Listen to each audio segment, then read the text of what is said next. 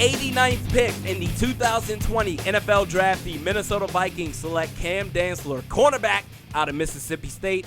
I had no idea who this dude was until the Vikings selected him. So a quick film study that I did on him, the review is you can send him on cornerback blitzes. He's pretty fast game speed-wise. Now, I saw the unofficial combine time. He ran a 4.6. I don't get how you can run an unofficial time at the 40 at the combine. I don't get it. But either way, he did an unofficial pro day run time on the 40 at a 4.38 speed. So either way, game speed, he's fast, whether he's 4.38 or 4.6, I'm good with it. He plays tall, 6'2", 188 pounds. I don't care about the thin frame. He has the nickname, the Needle.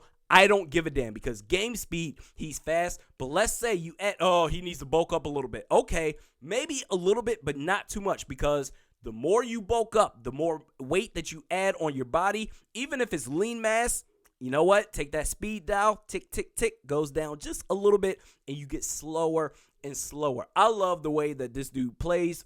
You can send him on cornerback blitzes. He plays tall. He plays really well on the outside, especially in the red zone, out in that gray area where it's like, mano a mano, the fade route, the jump ball. He plays the tall receivers really, really well. And I think this puts pressure on Mike Hughes. Going back to how he plays tall, the way he looks, he just boxes out the receivers like he's playing basketball and going for rebounds. But I think this puts pressure on Mike Hughes because if he can't have a better 2020 season compared to 2019, then that opens up the doors for a Cam Dantzler. So can you imagine if our outside cornerbacks are Holton Hill and Cam Dantzler both listed at 6'2", and considering Jeff Gladney playing the slot? Now, one correction on Jeff Gladney, I mistakenly said that he was listed at 5'10".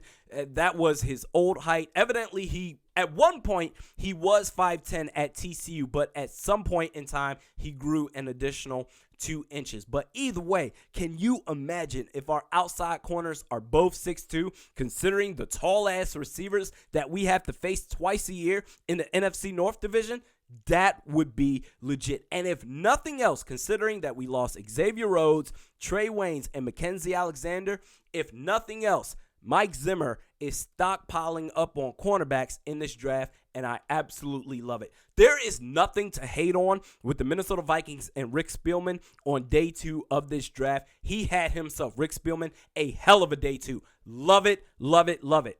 One last thing to point out, the winner of the $25 gift card to Modest Brewing is John Kuhn, at John D. Kuhn.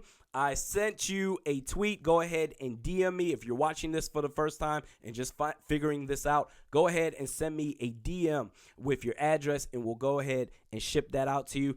We do this at least once a week. Mediocre Best Sports Podcast with Realistic Randy. Check me out on Twitter at realistic_Randy, Facebook at Realistic Randy. I'm trying to figure out what we're doing tomorrow as far as podcast-wise, because there's 12 or 13 picks, if I'm not mistaken, in day 3.